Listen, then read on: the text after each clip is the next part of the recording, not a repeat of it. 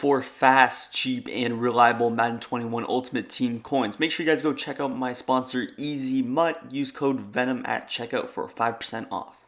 Yo, what's good guys, Venom here, back with another video, and today I'm going to show you guys another money play and one play touchdown in Madden 21.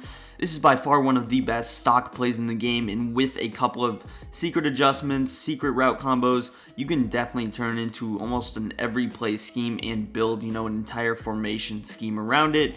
It's going to be out of bunch tight ends, so if you want me to drop a full bunch tight end scheme, let me know down below in the comments. Also, before we get into the video, make sure you guys hit that subscribe button. About 76% of my viewers are not subscribed, so if you're watching right now, you're not subscribed, make sure you hit that button. I bring you guys all this content for free. It is the best way to support me as a creator, and it's free. You can always unsubscribe at any time. But let's hop back into the money play. Like I mentioned, bunch tight end. We're going to be in the Las Vegas Raiders offense. Bunch tight ends also in, Jets, Jaguars, and a couple of other playbooks. Raiders is the best because you got, trips. Obviously, all of these run formations, so that's just the reason we're running out of bunch. Typically, what people will do is they'll audible back and forth between the two formations. So if you only like one play out of a certain formation, you can definitely, audible as you like. But we're going to be running PA boot over. Really, really good play. We have a really nice route combo that I like to put together. We're going to be feeding man coverage as well as cover 3 for a one play touchdown. So that's pretty much what we're going to be able to do. One ability that you do want is going to be tight end apprentice. So Darren Waller does have tight end apprentice. Just get that ability in Ultimate Team. If you're running regs, Kelsey and Waller and Kittle have it. So yeah, let's go ahead, hop into it. Also, just put your fast receiver right here on the outside, and you'll be good to go. So we're going to come out in that. And again, we're going to start out with man coverage. Then we'll move into the cover 3 one play touchdown. I'm just going to stock 2-man under, as you see right there. So let's hop into our setup. Now, just for the first setup, we're not going to be focused on a one play touchdown, but what we are going to be focused on is Darren Waller. We're going to put him on a little adjustment here. So what we're going to do is we're going to throw him on a delay fade. Delay fades are one of the most underrated things in Madden. They are super, super good. You will see, obviously it's stock man coverage. I'm not even controlling the computer, so I can't make any adjustments to it. And you will see that there's going to be someone man up to the tight end. So how does a streak beat man coverage? Pretty much what you would do is I like to just run this play relatively stock. You got a drag, you got a crosser, and then you obviously have this deep post over the top. But really what you want to do is just snap the ball. Make sure you keep the play action. That's going to be a key part, because what this play action does out of bunch tight end is this particular one is going to help us roll out, and you're going to have to roll out to the right to be able to get this one off. It's very important that you're able to do that. So you'll see I'm just going to snap the ball. Boom. You see he's kind of sliding over. And then once that player rushes you, you're going to press A to release Darren Waller and go to the races. Now that was a very choppy, it wasn't a very clean action. Usually it's going to be a little bit more clean than that. So I'll just run it again. Boom, A on a delay fade, we're going to roll out. He's going to rush us, and then we're going to send A. Boom, look at that. So with that player that's man up on Darren Waller, what he will do one of two different things. The first thing that he's going to go ahead and do is he's either going to rush you as a QB spy, or he's just going to act as a straight pass rusher on Waller. So you see, just able to roll out, take a look at Waller. He's obviously blocking here. It's a block and release, delay fade. And you see the player that's manned up on him. It's number 41 here. I don't know exactly who that is. Bosby, whatever. But again, this has nothing to do with overall. So I know this guy's low overall. You could have a 99 overall player, 99 awareness, whatever, manned up on him. You see he's just going to rush the passer. So right when Carr gets out of the tackle box, this player is either going to spy and just straight up rush him, or if you release him, or he's going to start, rushing the passer. In that case, you have to wait a little bit longer to get that delay fade off. But once that happens, you see nobody manned up on him. So for a pretty slow user-based game, this adjustment's going to be very frustrating, because not only does this delay fade beat the man coverage, the crosser does. So you might have to use the crosser. I can also put together, a backside slant. That's going to beat man coverage. So you're now forcing your opponent to do certain things. A flat zone is not going to cover this as well. So he's going to have to do a lot of things. Again, he's going to snap the ball. Boom, I press A, and look at that. You see that you have the potential to get hit, but I'm using Derek Carr right now. He doesn't have Gunslinger, and I'm getting the ball off just fine. So in Ultimate Team, when you do have that Gunslinger ability, you'll be able to get it to work. And if you're not using Gunslinger, it can also work as well.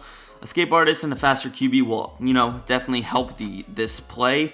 But it's not necessary. You see Derek Carr. This is the animation, the other animation that I was kind of talking about, where he kind of rushes the passer as a QB spy instead of, a straight up pass rusher on the tight end. Because you saw in the first couple of times we ran it, number 41 actually rushed the passer. But here, I believe we clicked A little bit earlier. Sometimes you'll just get this animation. I think it might have something to do with how quick you get out of the pocket. But you see how number 41, he's manned up. Oh, he gets outside the tackle box. He's almost had the numbers, and he just rushes the passer. I'm not pressing anything until right about, here, where I press A. At that point, he's already spying the QB and rushing him. So, boom. Just look at that. And also, I believe Alexander Johnson right here, he's going to be the one who's manned up on the running back, and he actually follows the drag. So he's not going to follow the tight end either. You need a zone. Man coverage does not beat it. I'll just show it a couple more times here. And also, you've noticed that, Y beats man coverage as well. Boom, roll out, throw it across the body. Look at how much space we have, over here on this side. Really just a ton of space. Really difficult to defend as well. So, again, just giving you a couple of ideas on what you could do. You've seen that the crosser beats man coverage. The slant does. Sometimes Darren Waller will not go out on his delay fade if that happens. He's stuck in a block. I'm spamming A. He's not going out on his route. You can either throw the crosser, which Aguilar's not the best. He actually got blocks there. And, I did throw that late, but usually that crosser will be open. Or, obviously, I can check down to, my drag or whatever. But really, just press A right here. Sometimes if he actually does defend the tight end, you can take off with your QB. Usually you're all the way out of the pocket. Or just throw it away, live to see another down. But, yeah, that's pretty much it for man coverage. Obviously, we focused in on Darren Waller. That was kind of the point of it. But you can definitely do some other things. Crosser, slant, deep post. Route tech on this deep post. It's going to be a touchdown without safety help over the top.